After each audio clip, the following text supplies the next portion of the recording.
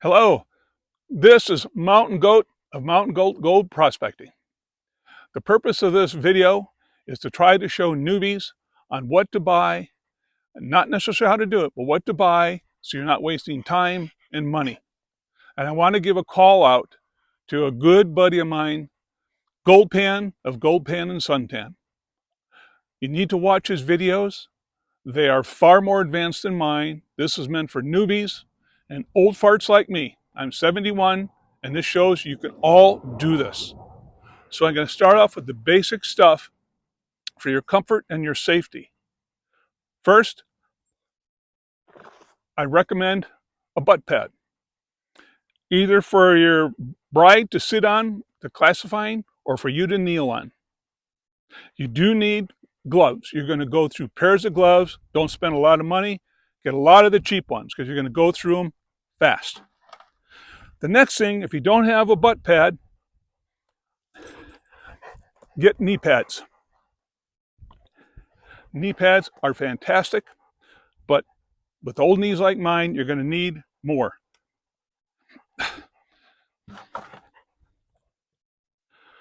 What you're also going to need is buckets.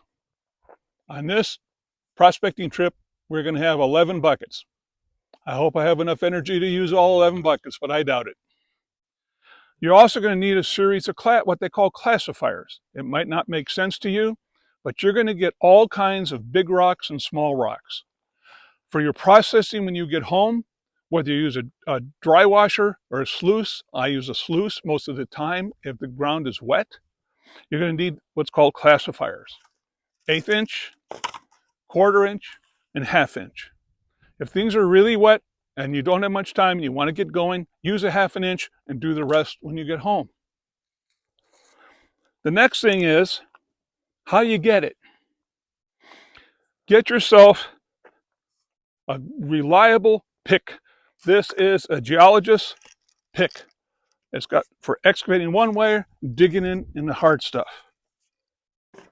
This lake might look stupid. It is not. Because most of your time as a prospector, you're going to be on your knees.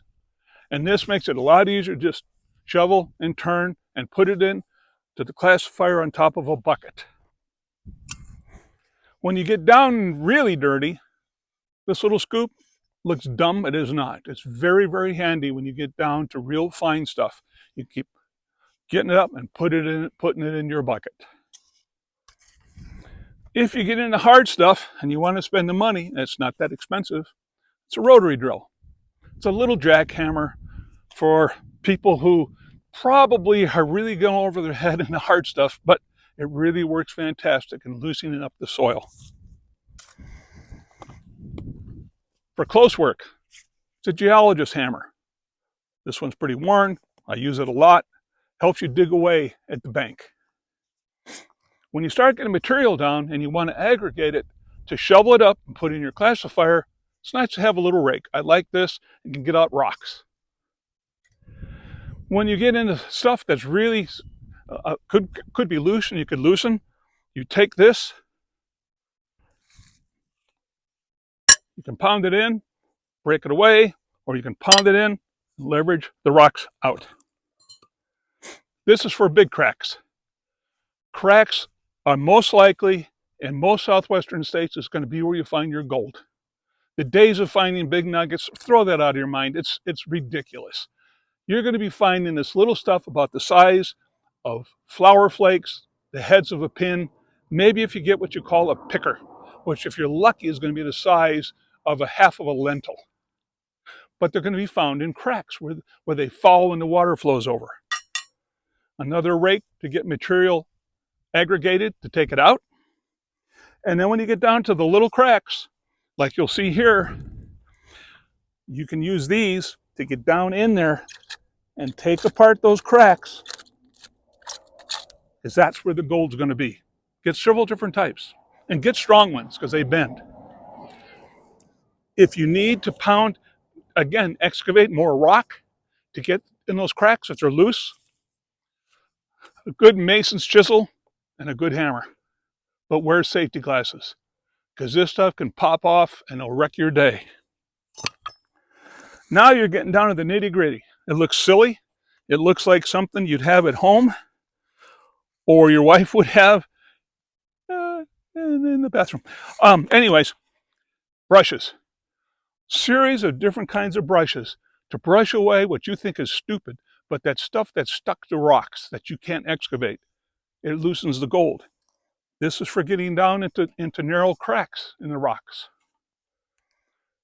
This is invaluable. These fingers. You get down in there in a rough surface like this, you do this, and as you can see, it loosens everything up.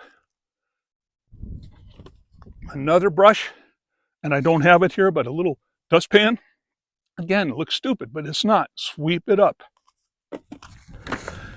Here's another brush, real fine. This is for harder stuff to brush off of rocks.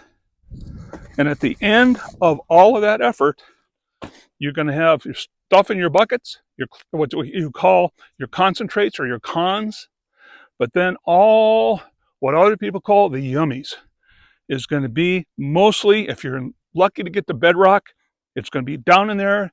You loosened it up through all of this process, and you get a shop vac. Shop vac with different nozzles. Main one, this one, and I have a smaller one, and you suck all that material up. And I advise you keep it separate in a separate bucket, because you're going to be surprised that that's probably where you're going to find most of your gold.